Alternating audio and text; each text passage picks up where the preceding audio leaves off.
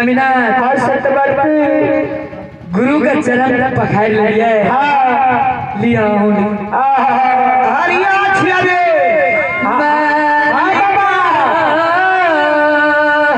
अरे हमरा तो भूख साहेब से लुट्टी छिट गई छो किया है बाबा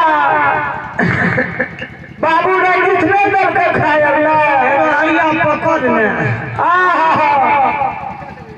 7 दिन 7 रात के भूखल भी रात एलो हो के रास्ता में कोनो सेवक सखी और नहीं मिलला रे बाबू तोरा कहल कौन तोहर बेटा सबका बात अखनी कहां कहल रे बाबू एनो हमरा एकादशी द्वादशी व्रत केलो 12 बरस अंतिम एकादशी व्रत हमर है 12 बरस के अंतिम हां बाबा कोई में हमरा तुलसी उद्यापन जप के साधु महात्मा के जमा के हम उधार भ जेते लेकिन रे बाबू हरिया अरे हम जे पंडित केने छलो काशी आचार्य हां बाबा जय हो अहाँ के अधम हाथ के से पारा में लिखई है ताहू में कते दूर तू बसे छै काशी से तोरा दोनों प्राणी के नाम कह देलक आई तोरा दोनों प्राणी के खोजे बाबा अरे 7 दिन 7 रात बीत गेल अठनी पासा से देख अरे पेट में बजरा घोसिया गेल अरे हरिया भजन करा की करबे बड़ा भजन में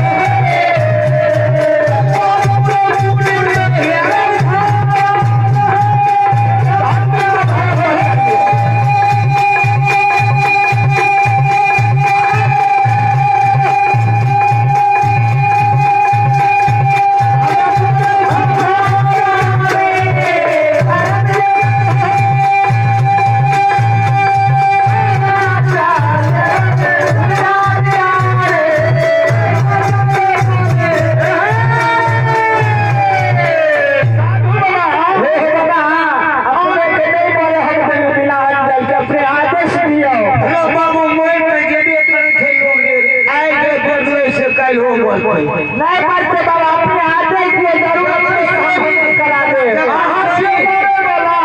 कहिया मरबे जकर सोई भले हमर सारा हेबे करते अखन हम बहुत दूर दिबे बाबा लेकिन बाबू अखनी हमर प्याल ढाल खुश हो जेतै की भोजन करबा एरो गुरु के धर्म नहीं छिए जे फरमाइशी भोजन कहिए ने बाबा बैठ के अपने का आदेश है अपने के कारण अपने के आशीर्वाद से ए दोमा के कोनो चीज के कमी नहीं छे अपने की करबे चूड़ा नहीं भोजन करबे की मधु मिठाई करबे की प्रसाद अरबा मोती चावल के देबे इच्छा से बोलियो जो हमरा बनबे में मन लागे बाबू हां हमरो सब का डोम ये दोनों घर में कमी नहीं पैसा की। पैसा दादू में कौन चीज के कमी है? ते दुआरे बाबा कहली अपने आदेश दियो। बाबू एगो धर्म है जे फरमाइशी भोजन 7 आदमी के नहीं चाहिए केकरो कहना। तोरा तखन जे साग सब्जी जुड़े छो साग संकर से जल्दी तू बना के हमरा खुआ। नहीं बाबा अपने बुखार दिन से जे कह देबै ना तो हमरा 2 दिन के मनबे में बढ़िया लगतै। ओ मुखार दिन से हम कहबो मारी दियो। ए बजरंग बली जी सरकार एना होता कहियो ना। ए कहू जे हरिया जे कहै छै जे अहाँ जे कहबै मुखबिंदा से हम भोजन कराब हमरा मन के भोजन करा सकते। मर की करबे अहाँ कते चूड़ा दही खेबे कते मिठाई खेबे जे करा सकते। अरे हरिया छै शुद्ध मतिया आ कहबो तो करे छी हम कहना लात लगा के कहियो हम जे कहिए धर्मराज छियै तो फरियाइए के बात मगर हम तो छुपा के कहै छी। अच्छा हरिया हां बाबा भोजन मन के भोजन दे देबी। हां अपना आदेश देबे तो दे देबे। सतबा हां अच्छा हमरा से सच करी ले जाए। हां पूरा हम सच करी। हां बहुत जे 100 200 बर्मा विश्व तो अहाँ जे भोजन करबै करबै से हम नहीं कराबी तो हमरा नरक में वास हो। कह देते बाबा करिए हां कान खोल के सुनिए। हां हेलो हां भात रोटी तो तोरा कोदो मरुआ के मिलतो तो हम पाबि लेबो। हां लेकिन ओइ में साग के हमरा चाहिए। की है